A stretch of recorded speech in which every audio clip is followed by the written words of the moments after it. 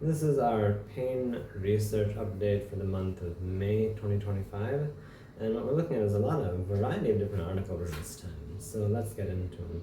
And the first is herbs that could be used for pain. So herbs like Bacopa moneri, Centella asiatica, Umbilica officinalis, Pipera nigrum, Zingiber officinale, Punis grintum, Munica pruna, and Clitora temeti, they all are shown to produce reduced neuroinflammation. And by reducing neuroinflammation, it's expected that the pain comes down. Now, we should look into studies that really show these work. Of course, pain is much more than deficiency of herbs, but if they can help reduce the pain, it's definitely a good thing. The next thing is a few studies from pelvic floor.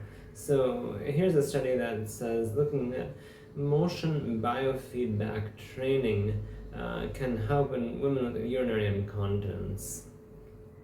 Now, urinary incontinence in females is usually due to aging and lifestyle factors, where they'll have an excessive anterior tilt, where they'll have a lot of central obesity that compresses the pelvic floor. So the result of that is the anterior muscles of the pelvic floor get stretched and we get urinary incontinence. The problem with this study is it's taking one treatment and trying to say that it's a solution for a problem that's due to something completely different. It's good that they produced results. There's no problem in that. And these women who receive this got relief, that's good. Most of these studies don't have a proper follow-up frame. They don't address the actual cause. Along the same lines, we have a study looking at overactive bladder and benzodiazepine use. So what they do is they look at people who are using benzodiazepines and they see who have an overactive bladder versus those who don't. And they find that those with the overactive bladder have much higher use of benzodiazepines than those who don't. Now, overactive bladder is not deficiency of benzodiazepines. So giving it's not a problem, but it's not a solution. And the other part is these drugs do have tolerance, chronicity, addiction, withdrawal, all these different problems. So if it's not the solution, you can use it, but only for how long? Shifting out of that, we're looking into a study on chronic back pain, and we find that chronic back pain affects the deep sleep state the most. This will eventually lead to cognitive impairments, mood issues, and worsening of deep pain. Along the same lines, within autistic populations, we find children with autism who can communicate will often have unexplained pains, and these unexplained pains can be in the head and the back, and this was about 8% and 10% of these populations. So what they're saying with this is that if children with autism complain of pain, we should take it seriously because this could be a musculoskeletal origin, structure, and etiology. Moving on with the musculoskeletal system, we're looking at ulnar nerve injuries. So many people have symptoms along their ulnar nerve distribution, this area over here. And what they have is strange nerve pains that they can't really explain. Here, this group of authors looked at 15 different randomized controlled trials with 970 patients, and they find that there's no real lasting benefit from surgery. They did find that prolotherapy does actually help.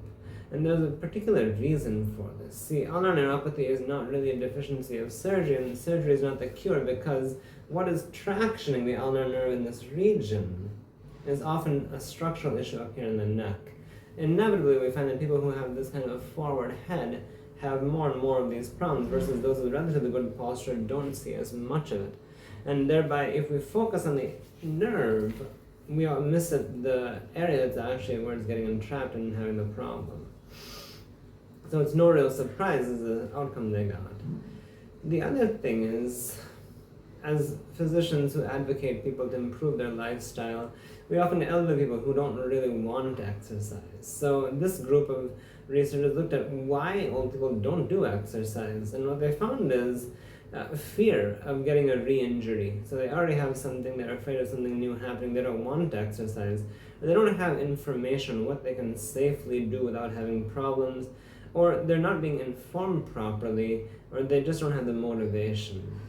Many times, especially in a place like India, life is centered around family.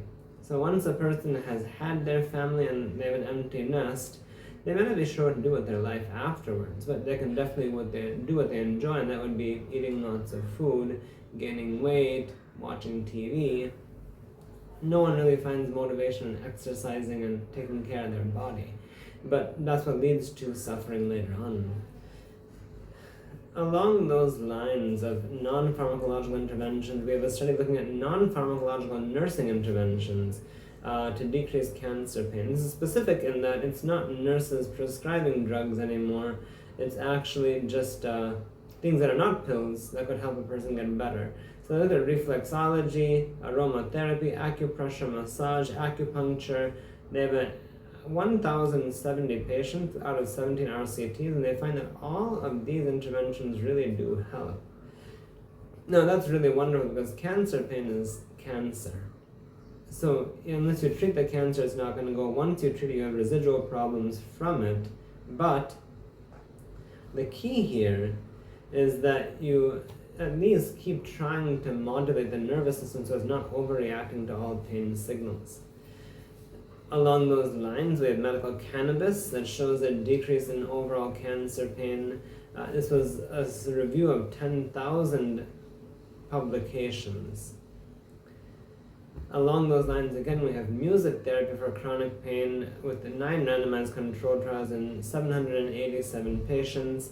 And it shows that the pain decreases, and also so does depression. We have an interesting case report showing that lift-got prolotherapy, 0.5%, can help improve a facial nerve 1 year after a facial palsy. And then from there, we have a different study that's been done on rats that looks at melatonin and methylprednisone steroids for a nerve injury. So they crush the rat's nerve in the leg, and then they see if these two things help. And they find melatonin, which makes them sleep, and steroids that reduce inflammation help the nerve heal better. The last is, again, a controversial study. They find a person with coccydynia, or tailbone pain, that's chronic, and they do sacral neuromodulation for it, and they find that it blocks up the pain. So coccydynia can be a nerve issue. You can treat it with things like neural therapy much more effectively. But if a person wants that and it helps, that's wonderful. The day it doesn't, we still have opportunities like neural therapy to address that. The last thing is physical therapy interventions for peripheral nerve. Physical therapy is slowly positioning itself as an independent treatment system, even though it started from modern medicine. So what they're advising here is ultrasound therapy, electric stimulation, photobiomodulation, and exercises. No peripheral nerve injury is deficiency of these things, but they do help modulate the healing process. We would like to see stronger evidence along those lines is actually making a serious difference, but most of these things fall into a domain where if you do and they get better, everyone's happy, so no one really cares. And that's kind of where we sit for pain research this month.